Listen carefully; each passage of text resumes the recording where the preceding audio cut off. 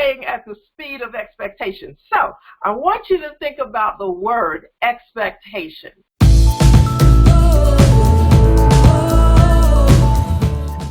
Expectation is a powerful thing.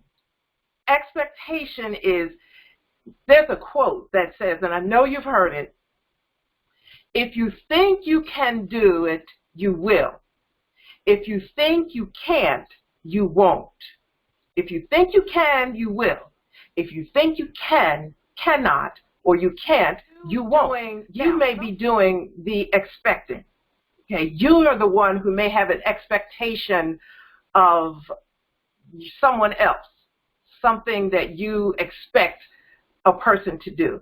I'm not saying what you don't expect. Right now, I'm talking about the positive. So you expect certain things from your partner based on an agreement that you have.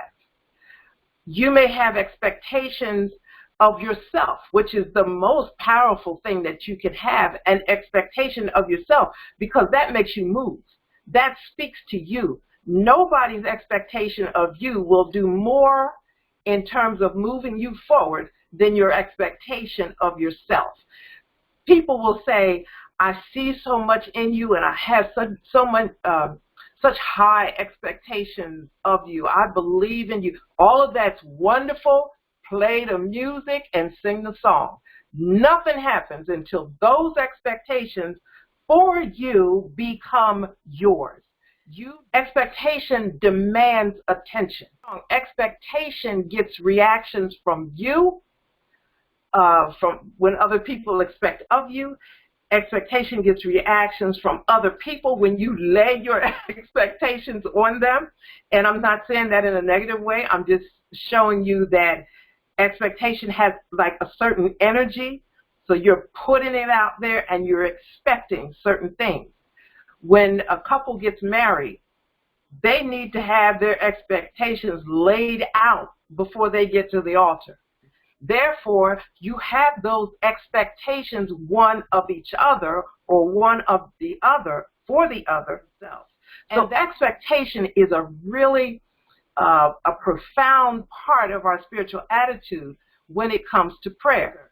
You have to have the right attitude, and that expectation is a part of that. Remember, we talked about Jesus and the disciples when Jesus said, let's go over to the other side. And you'll remember a big storm came, and Jesus was down in the lower part of the ship asleep. And so the guys, the disciples, were up there, you know, like having a fit. And so somebody just went down and got Jesus. And, you know, because the expectation was all hands on deck. Jesus is downstairs asleep. Let somebody go down there and get him so we can, you know, like we throwing water over the buckets of water overboard or whatever, go get him. So Jesus came and, you know, he spoke to the wind, and we know that story. But we cut it off there.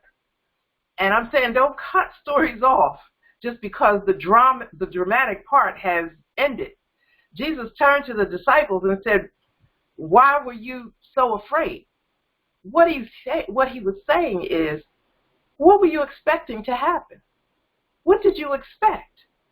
And that's what we have to ask ourselves. And when we go into the prayer space, even before we get there, what are you expecting to happen?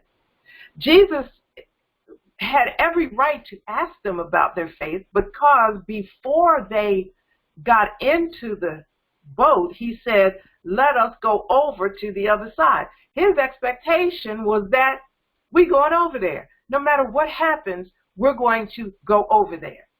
We're going to do this. So expectation is based on what you know. Now, see, let's be very practical.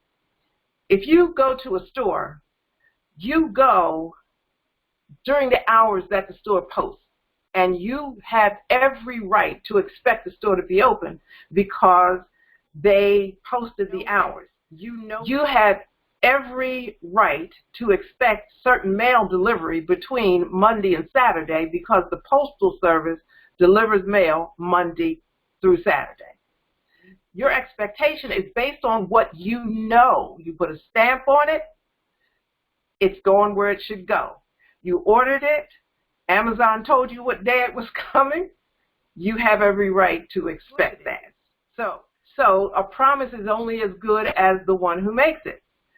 Businesses break promises. That's why you have warranties and guarantees, so that you have legal recourse to challenge them.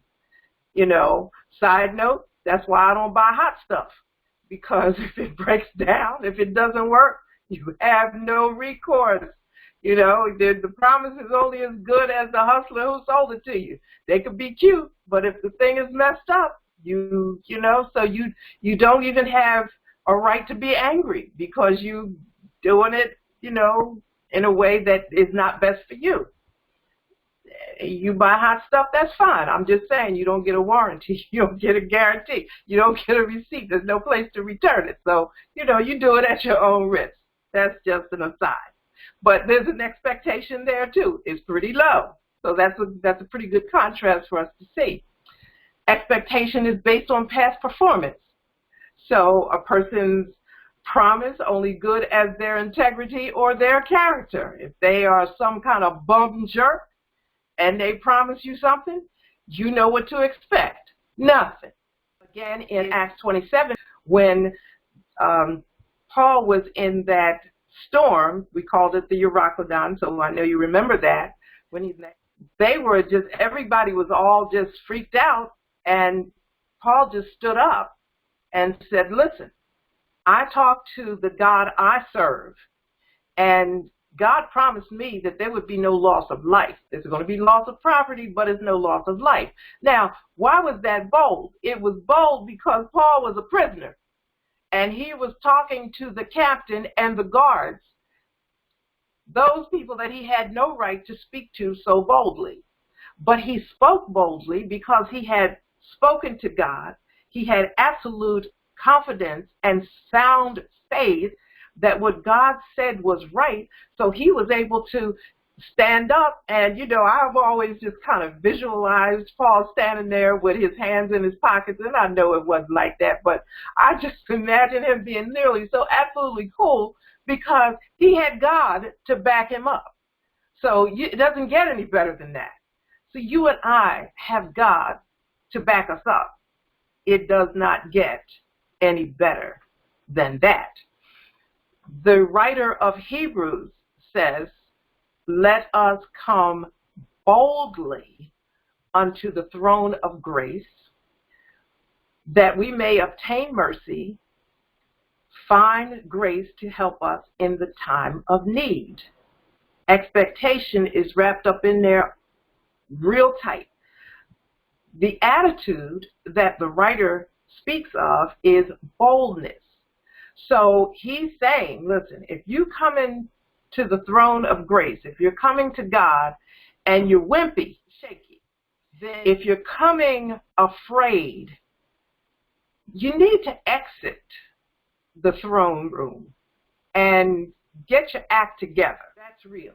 Now, if you approach God scared, not sure, questioning, maybe, begging, that is inconsistent with anything that is in Scripture about praying and approaching God. It is absolutely 100% inconsistent.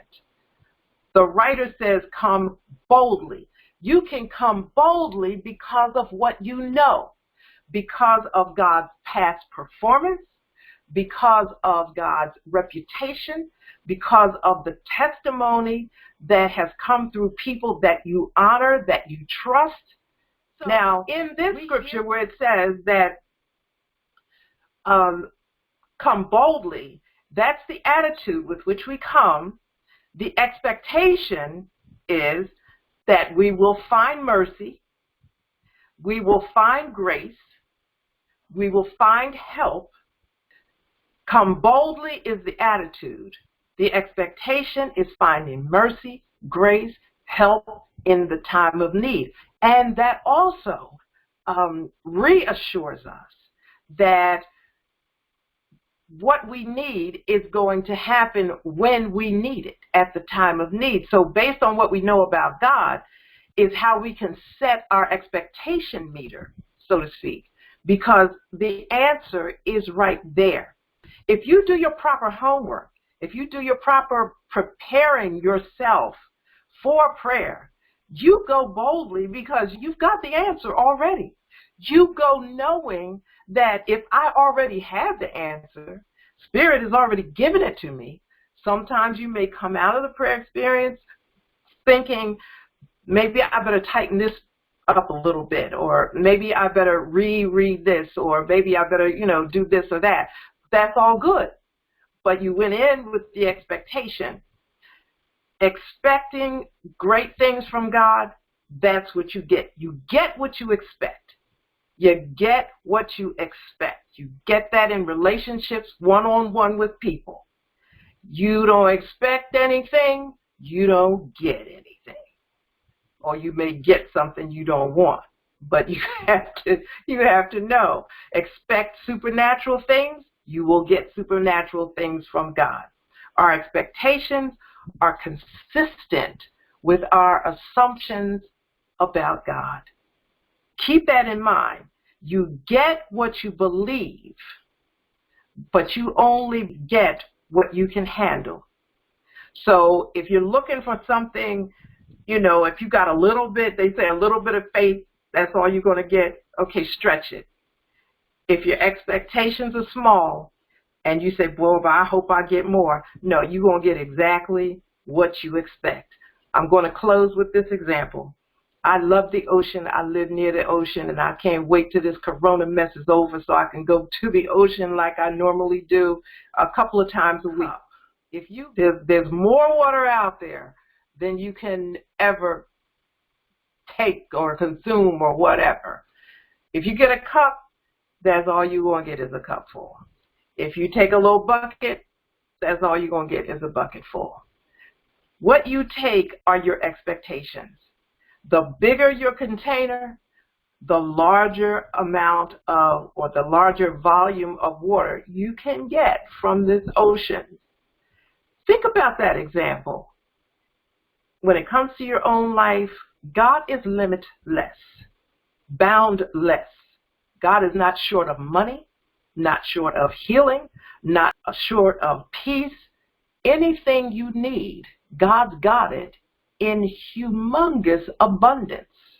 So if you take a thimble, that's all you're going to get. I don't take no thimbles. I go in saying, God, I got the biggest bucket I could find. Hold up, I'm going to get me another one. However you do it to make it work. And I see a lot of you on Facebook. I do want to thank you so much for when you repost the reminders, because that just sends an invitation out to other people. So I'm so grateful for that. So I want you to have a good week.